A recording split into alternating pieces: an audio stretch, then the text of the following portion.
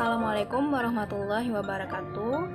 Baiklah, perkenalkan nama saya Yulestari. Saya perwakilan dari kelompok 3 akan membuka sesi pertama ini, yang mana nantinya kelompok kami akan membahas mengenai latar belakang lahirnya Pergerakan Nasional Kebangsaan Indonesia. Nah, di sini saya Yulestari bersama rekan-rekan saya Muhammad Septa dan Rika Oktavia Wahyuni, yang nantinya akan membahas masing-masing materi yang sudah kami bagikan. Dan selanjutnya di sini ada submateri yang akan kami bahas nantinya. Yang pertama, politik, etika, dan pelaksanaannya, yang terbagi menjadi 5 bagian. 1. Pemerintahan atau politik perwalian. Yang kedua, kemakmuran rakyat. Ketiga, kesehatan. 4. Pendidikan. 5. Pendekatan elitis, politik asosiasi, dan pendekatan massal. Dan yang kedua, politik Belanda terhadap Islam. Langsung saja, latar belakang lahirnya Pergerakan Nasional Indonesia terjadi pada tahun 1908 yang merupakan titik permulaan bangkitnya kesadaran nasional. Nah, pada tahun tersebut lahirlah organisasi yang bernama Budi Utomo. Organisasi ini merupakan organisasi pergerakan nasional yang pertama, yang kemudian disusul oleh organisasi-organisasi lainnya, yang mana organisasi pergerakan nasional ini merupakan sebagian kecil dari latar belakang lahirnya pergerakan nasional di Indonesia. Selanjutnya, lahirnya pergerakan nasional di Indonesia juga disebabkan oleh 2 faktor. Yang pertama, faktor internal dan faktor eksternal. Di dalam faktor internal ada beberapa sebab. Yang pertama, adanya tekanan dan penderitaan yang terus-menerus sehingga rakyat Indonesia harus bangkit dan melawan penjajah. Yang kedua, adanya rasa senasib sepenanggungan yang hidup dalam cengkraman penjajah sehingga timbul semangat bersatu membentuk negara. Yang ketiga, adanya kesadaran nasional harga diri menyebabkan kehendak untuk memiliki tanah air dan hak menentukan nasib sendiri. Yang keempat, timbulnya kaum terpelajar. Nah, mereka inilah yang akhirnya mempelopori pergerakan nasional tersebut. Yang kelima, pengalaman perjuangan masa lampau. Perjuangan fisik dan bersifat kedaerahan ternyata tidak banyak berhasil, sehingga mendorong untuk mengubah cara perjuangan. Selanjutnya, faktor eksternal. Yang pertama, kemenangan Jepang atas Rusia dalam perang tahun 1904 sampai 1905. Hal ini telah membangkitkan semangat bangsa-bangsa Asia termasuk Indonesia untuk mengusir kaum penjajah. Yang kedua, adanya pengaruh dari gerakan nasional di negara-negara lain, misalnya gerakan nasional di India dan Filipina. Yang ketiga, munculnya paham-paham baru di Eropa dan Amerika yang masuk ke Indonesia seperti liberalisme, demokrasi, dan nasionalisme, mempercepat timbulnya nasionalisme Indonesia. Yang keempat, adanya gerakan Turki Muda pada tahun 1908 di Turki. Dan yang kelima, adanya All India National Congress yang terjadi pada tahun 1885 dan Gandhisme di India. Bismillahirrahmanirrahim. Assalamualaikum warahmatullahi wabarakatuh. Baiklah, saya Muhammad Septa dengan NIM 19329114 akan menyambung materi dari pemateri yang sebelumnya. Ini materi yang akan saya sampaikan yaitu politik, etika, dan pelaksanaannya. Berbicara persoalan etika politik pada hakikatnya membahas persoalan hukum dan kekuasaan. Hukum adalah aturan normatif masyarakat. Hukum yang memberitahukan kepada semua anggota masyarakat bagaimana mereka harus bertindak. Asal kata etika berasal dari bahasa Yunani, yaitu ethos, yang berarti watak atau adat. Kata ini identik dengan asal kata moral dari bahasa Latin, yakni mos, dengan kata lainnya yaitu dengan kata jamaknya adalah mores, yang juga berarti adat atau cara hidup. Jadi kedua kata tersebut menunjukkan bahwa cara berbuat yang menjadi adat karena persetujuan atau praktik sekelompok manusia. Selanjutnya ialah pemerintahan atau politik perwalian. Kebijakan ini ditetapkan untuk mengambil posisi penting dari pemimpin daerah ke Belanda. Sistem ini memisahkan pemimpin pribumi dari akar hubungan tradisional yang magnetnya untuk dijadikan pegawai dalam birokrasi kolonial. Pemerintah kolonial menerapkan kebijakan ekonomi berbasis sistem kapitalisme barat melalui komersialisasi atau sistem moneter dan komoditas barang. Sistem ini didukung kebijakan pajak tanah, sistem perkebunan, perbankan, perindustrian, perdagangan, dan pelayaran. Tumbuhnya ruh kebangsaan Indonesia tidak terlepas dari peran pers, gerakan pembaharuan dalam Islam, dan kebijakan pemerintah Belanda yakni Pax Nederlandisa. Pax Nederlandica adalah kebijakan yang bertujuan agar daerah-daerah kolonial yang masih berpisah disatukan dalam penerapan administrasi baru yang berpusat di Batavia atau yang kita sebut sekarang ini yakni Jakarta melalui perjanjian bahkan pendekatan militer. Selanjutnya yakni kemakmuran rakyat. Pada tahun 1901, Ratu Belanda Wilhelmina mengumumkan bahwa Belanda menerima tanggung jawab etis untuk kesejahteraan akhir kolonial mereka. Pengumuman ini sangat kontras dengan doktrin resmi sebelumnya bahwa Indonesia adalah Line West atau wilayah yang menghasilkan keuntungan. Politik etis atau politik balas budi adalah suatu pemikiran yang menyatakan bahwa pemerintah kolonial memegang tanggung jawab moral bagi kesejahteraan bumi putra. Pemikiran ini merupakan kritis terhadap politik tanam paksa.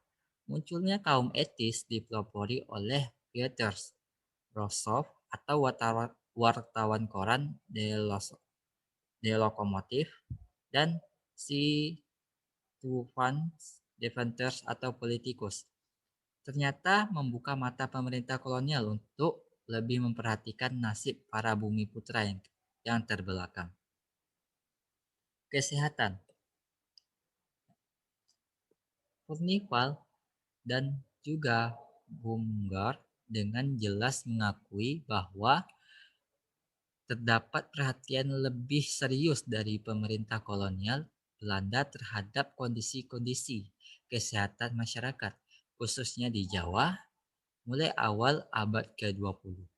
Kasus-kasus epidemi penyakit menular mematikan ini, seperti kolera, malaria, dan ini terjadi hampir di semua wilayah di Pulau Jawa, jelas mengidentifikasikan bahwa terdapat hal yang salah dari kebijakan pemerintah Hindia Belanda. Mungkin atas dasar itu, Furnival menyatakan bahwa perhatian terhadap kesehatan masyarakat tersebut merupakan salah satu dari upaya meningkatnya kesejahteraan pribumi. Masyarakat Jawa pada masa ini untuk pertama kalinya secara massal mulai memperkenalkan mengenai permasalahan-permasalahan kesehatan, baik berupa bagaimana cara hidup sehat maupun mengenai penanggulangan beberapa penyakit.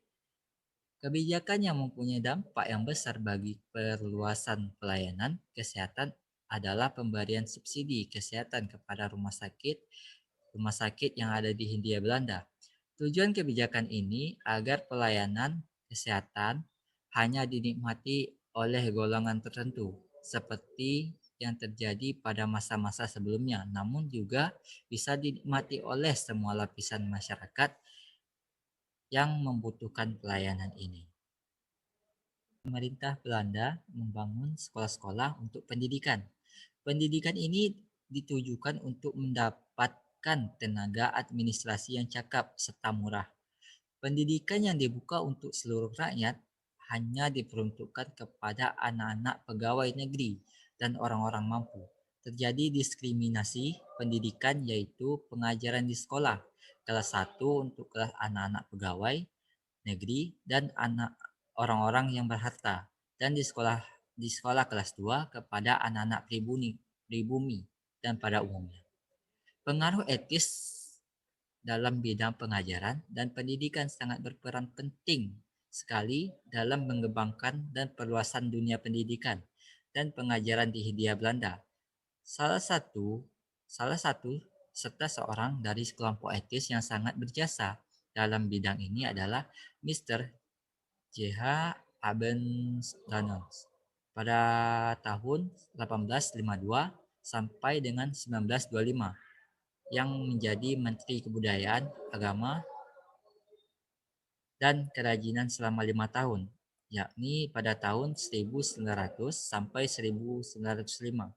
Sejak tahun 1900 inilah berdirilah sekolah-sekolah baik untuk kaum pribumi maupun rakyat biasa yang Baiklah, saya Rika Oktavia Wahyuni, NIM 19329185, akan melanjutkan penjelasan selanjutnya, yaitu pendekatan elitis, pendekatan asosiasi, dan pendekatan massal.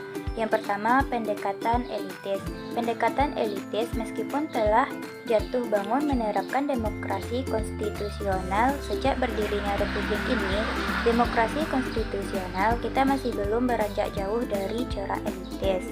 Lebih dari setengah abad lampau, Liberal Right Indonesianis terkemuka asal Australia telah berargumen, yaitu keberlanjutan atau kemunduran sistem demokrasi konstitusional Indonesia ditentukan oleh ikatan personal antara elit politik dan kemampuan menjembatani konflik kepentingan dan ideologis antar mereka. Yang kedua, politik asosiasi. Politik asosiasi terdiri dari pendidikan Islam tradisional ke pendidikan Barat modern dan melemahnya Islam melalui politik asosiasi pendidikan. Yang pertama, dari pendidikan Islam tradisional ke pendidikan Barat modern, kedatangan bangsa Barat ke wilayah Nusantara menandakan babak baru dalam sejarah. Kehadiran para bangsa Barat ini jugalah yang mengenalkan sistem pendidikan modern di Nusantara. Pendidikan yang mereka laksanakan pun tidak terlepas dari kepentingan mereka sendiri. Berbeda dengan pendidikan Islam tradisional yang hanya mengajarkan agama, sedangkan dalam sistem pendidikan Barat justru lebih diberi penekanan kepada ilmu-ilmu umum seperti berhitung, ilmu bumi, sejarah, dan lain sebagainya. Yang kedua, melemahnya Islam melalui politik asosiasi pendidikan. Salah satu strategi politik asosiasi ini adalah melalui bidang pendidikan. Snoeck-Oorgroenje, seorang penasehat urusan pribumi Belanda, adalah salah satu tokoh yang memimpikan dapat menarik kalangan bangsawan pribumi menjadi elit berpendidikan yang mudah menerima budaya Barat. Dia juga meyakini bahwa melalui pendidikan Barat secara perlahan akan mengurus kekuatan Islam sebagai doktrin politik yang selama ini kerap kali melakukan perlawanan terhadap pemerintah kolonial Hindia Belanda. Kebijaksanaan di bidang pendidikan pemerintah memang menempatkan Islam sebagai saingan yang harus dihadapi. Pendidikan Barat diformulasikan sebagai faktor yang akan menghancurkan kekuatan Islam di Indonesia. Bahkan Snoeck-Oorgroenje begitu optimis bahwa Islam tidak akan sanggup bersaing dengan pendidikan Barat. Yang ketiga, pendekatan massal atau penyuluhan pertanian. Pembangunan pertanian pada masa ini belum mengenal istilah penyuluhan pertanian, meskipun ada kegiatan mengenalkan kegiatan baru, misalnya mengenalkan jenis-jenis tanaman baru. Menurut Departemen Pertanian tahun 1978, pendirian kebun raya di Bogor pada 17 Mei oleh C.G.L. Rainworth dianggap sebagai awal dari usaha pembangunan pertanian di Indonesia. Pada saat itu diperkenalkan banyak jenis tanaman baru, antara lain kelapa sawit dan 50 jenis kedelai pohon. Sampai dengan awal abad 19, upaya perbaikan produksi pertanian dilakukan dengan sistem tanam angsa. Kongress Raja dengan kekuasaannya merupakan satu-satunya badan yang mempengaruhi rakyat secara langsung. Artinya, usaha memperbaiki pertanian masih didasarkan atas perintah atau paksaan, supaya petani melakukan kegiatan pertanian, bukan dalam upaya menumbuhkan kesadaran rakyat melakukan perbaikan pertanian. Pada saat itu, penyebaran pengetahuan melalui proses pendidikan pertanian kepada petani belum dianggap penting. Selanjutnya, saya akan membahas tentang politik Belanda atau kolonialisme terhadap Islam. Masuknya bangsa-bangsa Barat ke Indonesia menghadapi kenyataan bahwa Islam telah menjadi kekuatan yang harus diperhitungkan. Meskipun masuknya Islam tidak dengan sendirinya mempersatukan perlawanan orang Indonesia terhadap bangsa-bangsa Barat. Kebanyakan perlawanan yang dijumpai menggumpalkan sekitar umat Islam. Dalam sejarah penjajahan di Indonesia, ideologi Islam memang merupakan kekuatan sosial yang besar sekali dalam mengadakan perlawanan terhadap kekuasaan asing, baik perang besar seperti Perang Patri dan Perang Aceh, maupun pemberontakan-pemberontakan petani seperti peristiwa Cilegon. Kesemuanya yang dipimpin oleh pemuka Islam dan dijiwai oleh ideologi Islam. Karena kolonialisme Belanda gagal dalam menghilangkan pengaruh Islam secara cepat melalui proses kristenisasi. Sebab dalam anggapannya agama Kristen lebih unggul dari agama Islam, dan kebijaksanaan yang dibentuk oleh kombinasi yang kontradiktif tidak membawa hasil yang menggembirakan bagi kolonial Belanda. Baiklah, mungkin hanya itu penjelasan dari saya. Terlebih dan kurangnya saya mohon maaf. Saya sudahi. Wassalamualaikum warahmatullahi wabarakatuh.